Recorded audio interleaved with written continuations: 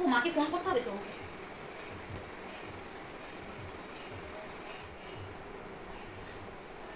হ্যাঁ হ্যালো। হ্যাঁ মা, আমি।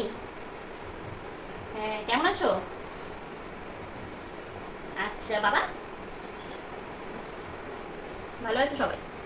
ও, এই তো শপিং করে ফিরলাম একটু আগে, এই 1 ঘন্টা হলো। আর বলছো, শপিং তো মাঝে মাঝেই যাই। হ্যাঁ, তোমার জামাই ওই বিকেল 4টার সময় চলে আসে, তারপরে সেই শপিংয়ে বেরিয়ে যায়। আর কি খাওয়া দাওয়া এটা ওটা কিনে বাড়ি আসি। হ্যাঁ, আজকে বেরিয়েছিলাম তোমার ওই কিছু জামা কাপড় ড্রেস নিলাম। তারপর তোমার জামাই বললো যে চলো একটু মানে কিছু সোনা গয়না দেখে আসি। তো বেশ ভালো লাগলো জানো তো, ওই শাখা বাঁধানো বাড়িতে, হ্যাঁ রেগুলার বাড়িতে পরার জন্য নিলাম। হ্যাঁ ওটা তো আছে, ওটা সবসময় ভারী তো, সবসময় তো পরা যায় না, ওই বিয়ে টিয়েতে ঠিক আছে। আর এটা সবসময় পরার জন্য নিয়েছি। তোমার কি না আমি হোয়াটসঅ্যাপে ছবি পাঠিয়ে দেবো, খুব সুন্দর হয়েছে বুঝলে। হ্যাঁ, না একটু মানে মোটা আছে তো, টাকাটাও অনেকটাই লেগেছে। হ্যাঁ, আর ওই যে তোমার কবে, মনে হয় পরশু দিন মনে হয় এই মঙ্গলসূত্রটা নিয়ে এসে দিয়েছে জানো। হ্যাঁ, এই মাঝে মাঝে বাড়িতে টুকটাক করার জন্য। আচ্ছা, ও আজকে আজকে কি রান্না করেছি? আজকে তোমার ফ্রাই করেছিলাম, আর খাসি মাংস আর কাতলা মাছ ফ্রাই করেছিলাম। আরে তোমার জামাই জানো তো, এত বারবার বলছি তোমার শরীরটা ভালো নেই, খাসি মাংস খেয়েও না, না ও কিছুতেই শুনতে চায় না, মানে খাসি মাংস ছাড়া তো মুখে ঢুকেই না খাবার। হ্যাঁ, আর তোমায় বলছি কি, অতিরিক্ত খাসি মাংস খাচ্ছে বুঝলে তো। হ্যাঁ মানে রেগুলারই বলতে গেলে। হুম। আচ্ছা তোমরা কি খেয়েছো? ও, যাবার কথা বলছো তোমার বাড়ি? ও বাবা, এই যা গরম পড়েছে, এই গরমে আমি যেতে পারবো না।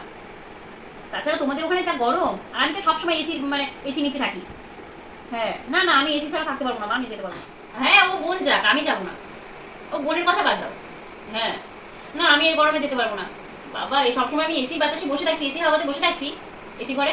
আর ওই তোমার কাছে, ওই তোমার বাড়িতে গিয়ে ওই একটা ঠুনকো ওপরে ফ্যান চলে, আমি থাকতে পারবো না। হ্যাঁ, না না আমি যাবো না মা। তাছাড়া তুমি এসে ঘুরে যাও না। আরে বাবা তুমি না সত্যি। আচ্ছা যাবো বুঝলে, আমি যদি যাই তাহলে তোমার ওই সামনের রবিবার দিন তোমার জামাই ছুটি থাকবে, সেদিন কিন্তু আমি ওই 1 ঘন্টার জন্য যাবো, তোমাদের দেখে দেখে আমি চলে আসবো বাড়ি। হ্যাঁ আমি থাকতে পারবো না। ঠিক আছে। আচ্ছা আচ্ছা ঠিক আছে, খুশি তো? তবে শোনো শোনো শোনো, বলছিলাম যে আমি যাবো কিন্তু ঠিক। তবে কি তোমার জামাইয়ের জন্য কিন্তু তুমি ঠান্ডা কোল্ড ড্রিঙ্কস এইসব জুস টুস কিন্তু রেডি রাখবে। হ্যাঁ, আর ওই ফ্যানটা কিন্তু একটু ভালো করে নেবে। ওই তোমাদের উপরে ফ্যানটা ভালো চলে না। হ্যাঁ হ্যাঁ, বাবাকে বলবে ভালো একটা ফ্যান নিয়ে আসতে। হুম। হ্যাঁ হ্যাঁ, ঠান্ডা পাওয়া যায় তো তোমাদের ওখানে? ঠান্ডা ঠান্ডা ব্যবস্থা করে রাখবে বুঝলে, তোমার জামাই কিন্তু ওই গরমে গিয়ে প্যাটপ্যাটে গরমে গিয়ে ওই তোমাদের ওখানকার জল টল খেতে পারবে না। হ্যাঁ হ্যাঁ, ঠিক আছে ঠিক আছে। আর যদি ওখানে পাওয়া না যায় তাহলে তুমি আমাকে বলো বুঝলে। আচ্ছা শোনো শোনো, ওই বোনের সাথে তো কথা হয় না, কি করছে না করছে, কেমন আছে না আছে, আমি তো ফোন করার সময় পাই না ওকে। তো ও কেমন আছে গো? ভালো আছে? ভালো থাক। তোমাদের বারবার বললাম একটু দেখে শুনে একটা ভালো ছেলের সাথে বিয়ে দাও বুঝলে তো। মানে সরকারি চাকরি করে সেরকম একটা ছেলের সাথে বিয়ে দিতে পারতে।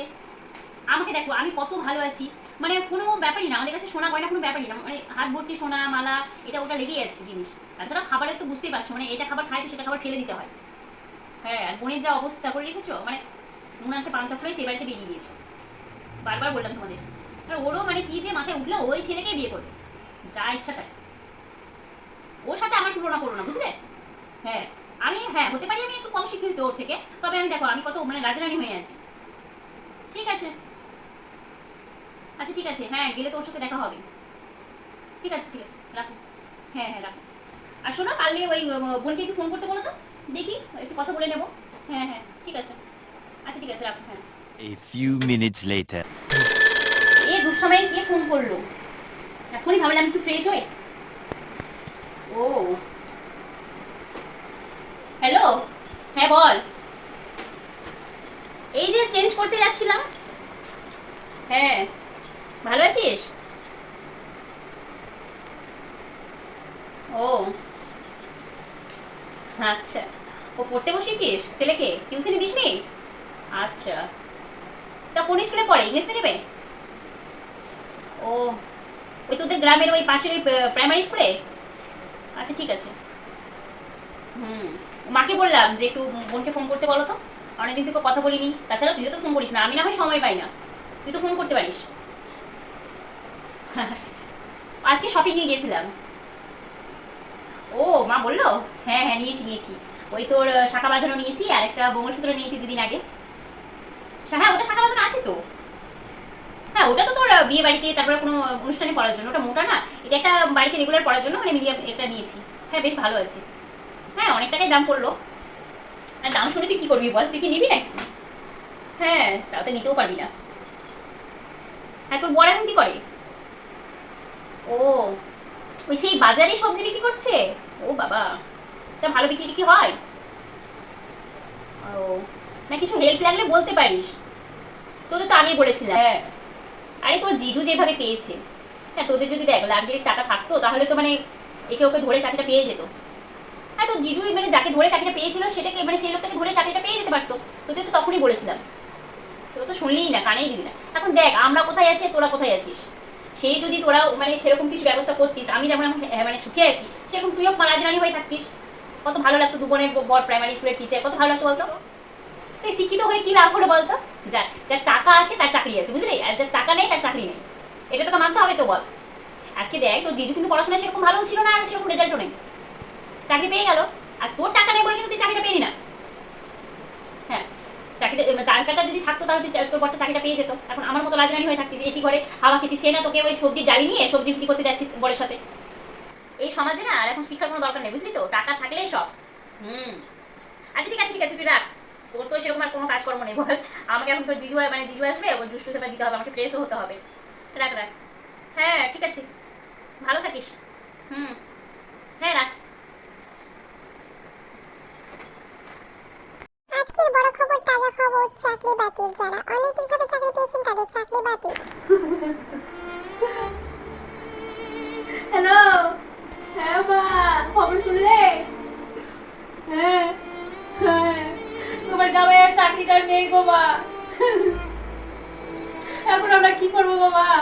আমার তো শুনছি অনেক টাকাও লাগবে। হ্যাঁ, আর আমাদের সংসারটা কি করে চলবে গো?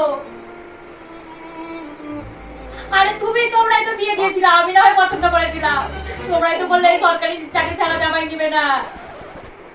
হ্যাঁ সরকারি চাকরিওয়ালাকেই সাথে বিয়ে দিতে হবে। আমার কপালটা পুড়ে গেল গো মা। এই যে সাকাল, তার মঙ্গলসূত্র, নেকলেস, আমার সব গয়না সব চলে যাবে। আমার গয়নাগুলো আর থাকবে না গো মা, মনে হয় সব বিক্রি করে দিতে হবে। আমি কি করবো? আমাকেই দোষ দিচ্ছ, আমাকে কখন বললাম আমি বিয়ে করবো, তোমরাই তো সরকারি চাকরি মাস্টার নিবে করে আমার জীবনটাকে শেষ করে দিলে গো মা।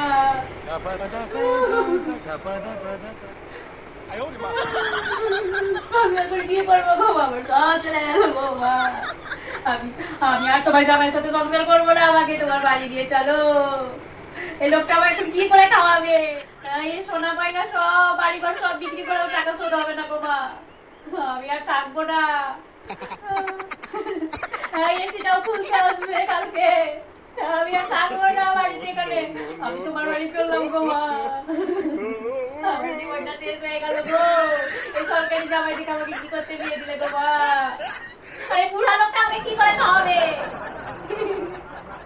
সরকারি টাকলা জামাইয়ের সাথে বিয়ে দিয়ে দিলে টাকলা আমাকে কি করে খাওয়াবে গো মা? আমি আর থাকবো না, আমি তোমার বাড়ি চললাম।